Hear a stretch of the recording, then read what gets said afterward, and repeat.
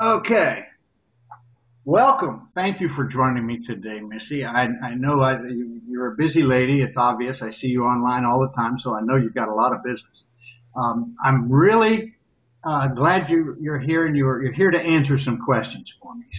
The first thing I want to get right to is the image you posted on December 25th on your wall that said you got up early to photograph this shot, yet it clearly said the word Shutterstock directly across the face of it. Can you explain that to me? I can, and I just want to thank you, Kevin, for having me on, because there's been a lot of things that people have been confused about, and the things that have been confusing for people, and there's been confusion about things, and I want to clear up confusion any that that people are having about it. So there's just been a lot of confusion, and I think I'm here to just kind of straighten that all out. So thanks for coming to me so I can do that. I'm going to stop you right there because I'm confused. At what point did you get confused? Well, see, I've never been confused, and that's a funny thing. That's a funny thing is that I've never been confused, because I know who I am, and I know what I'm doing, and Jesus. But a lot of people have been confused, and I think people who know me are not confused, and the people who don't know me are confused. And so I would like to clear up the confusion right here and now by going over some timelines that are confusing, but they won't be confusing when we're done. Okay. There might be new confusion, but if there's new confusion, then we just need to get along. Okay. Okay. Okay, that's very good. Tell me about this Shutterstock image, if you would. Well, so I'm just full disclosure. I'm new. Okay, I'm kind of new to the industry, and I'm learning how all of it works. And because I'm new and I'm learning, like a lot of photographers, I'm learning. And because I'm learning, I didn't know that you can't claim to have taken a picture that you didn't. I didn't know that. Oh, Because I'm new, and I didn't realize that you don't say that. I see. I didn't know that. And so what I meant, though, by saying that, and I know the picture you're talking about, it's like a fog coming in on a river. And what I meant by saying that I took it and got up early is that I got up early and I signed on to Shutterstock to find it and then post it to people. And I think that here's the thing, though. I think that people who know me, Kevin, they know that about me. And I think that other people are just trying to find stuff to pick on. And I know it could be confusing, so it was never my intent to say that I took that photo when I said that I took that photo. Everyone knows, of course, this is an industry of givers, and heaven knows if we actually charge people for what we do, we'd actually be making a living at this. But no, we prefer to give it away, so we are givers. So what motivated you to give away two cars? Okay, for us, okay, I just want to clear this up. I just want to clear it. First of all, I just want to show you. I've got receipts for the cars. Receipts for the cars. Yeah, thank you. I got them. I got receipts for all of these Please. for the cars. So just Please, everything you say. okay. Just want because there are people saying that I don't, and I clearly have some receipts here. So, okay. Originally, I had 52 cars to give away on Facebook, and well, okay. I only gave away 2 cars, and the rest came from some guy who worked at a car dealership named Dennis. Okay, so you're giving away 2 cars. Well, there were 52 cars 52 cars. in the giveaway. But the other 50 cars were given away by somebody named Dennis. I had nothing to do with it other than I advertised it on my page. So I had nothing to do with that. Nothing. So you don't even know the names of who won those cars. He picked them? I I know one was a chick named Susan. I have to look up her last name, but I do know the names of the people. Well, of the two cars. The two cars. Not. I don't know of the other ones. I'm not real sure about that, but there were cars. And they were Audi C R. There was an Audi R8 and a Porsche Cayenne. Cayenne. I don't know how to pronounce that. Or do you? It's Cayenne. Cayenne. And see, I'm gonna let's just clear this. Okay, I'm bouncing all over the place. Let me go back to the beginning of this timeline so we get this straight. At the beginning of this timeline, there were dinosaurs. I've gone way too far back. Okay, we're gonna go. Are you talking about people like me that I've been in business so long? No, I was talking about real dinosaurs because sometimes I feel like I have to go back to the beginning of any particular timeline receipts to get the story straight. But let me just go. I was at a Walmart. Oh no, I'm gonna go back before then.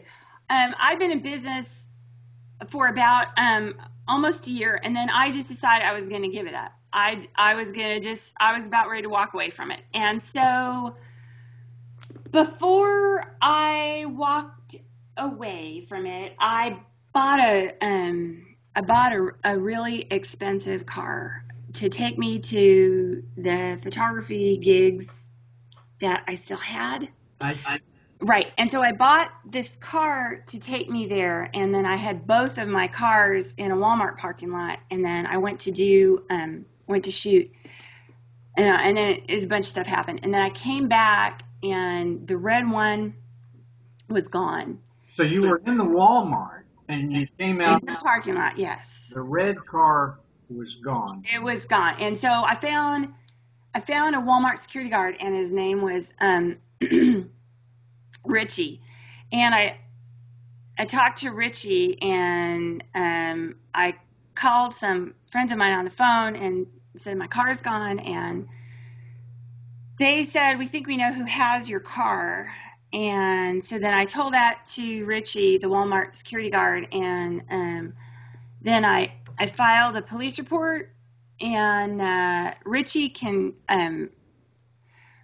confirm this. He's no longer there at Walmart, but he could confirm it if he was there. And so then I went home, and the very next day I found out that I can't file a police report because I have a friend who watches a lot of CSI, and he told me that if I left the scene of the crime, then you can't file a police report ever again. So I never filed one, but I talked to my friends and I figured out who took the car, and I called him, and it was kind of a mean-spirited call, but it was filled with Jesus.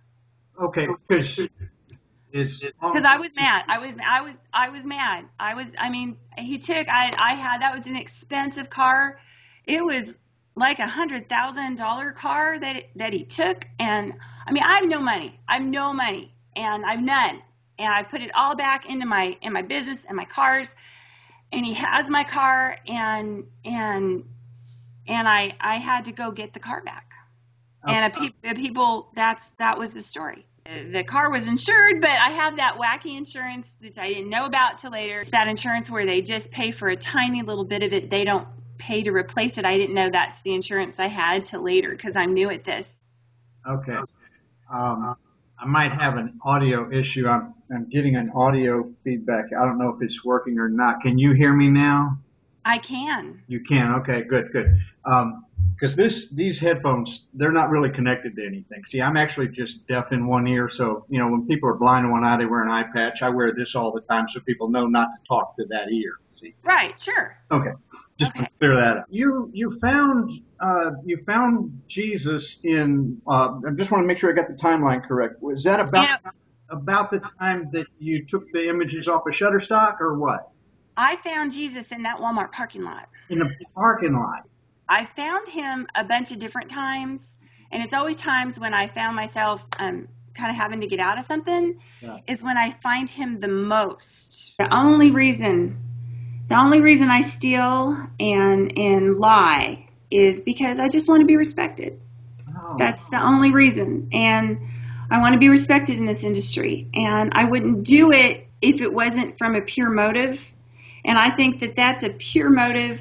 You know, I love my children. I love them so much. And I just want to be a good mom. And so if that happens, and again in the future, and I get caught with it, I hope people will understand that the reason that these things are happening is really just out of a need to be respected. yeah, I understand that. And sell workshops. Good, yeah, and sell workshops because we have to make a living. We can't give. Well, actually, workshopping is giving, and so I can respect that greatly. So thank you so much for that. Sure. I can say that your website has shown displayed a great resiliency to go away and come back and go away and come back. And your Yeah. pages all did the same. They go away, they come back. They're here today, they're gone tomorrow, they're back again the next day. So I know you've got the ability to come back. You can certainly bounce back. You bounce like a ball and just kind of like, you know, we're just so glad to have you in the industry. It's like a rubber ball of Jesus is Yeah. how I try to live my life. You might push me down, you might throw that rubber ball down, but I'm going to bounce back up. Yeah. And I'm going to be better, and I'm going to be a better, like I said, a better mom, a better photographer, a better compositor, a better Shutterstock photo finder. I'm going to be better from this, and I'm going to learn from it. I hope people can follow my example. I hope that, you know, people starting out in the industry can learn from me. Well, And I love my daughters. thank you. Thank you so much for everything you've done and for the industry. And I appreciate your time today. Yep. All the best of the luck in the future. And I look forward to seeing more of your Shutterstock photography. Well, God bless you. And God bless you, Kevin. Yes.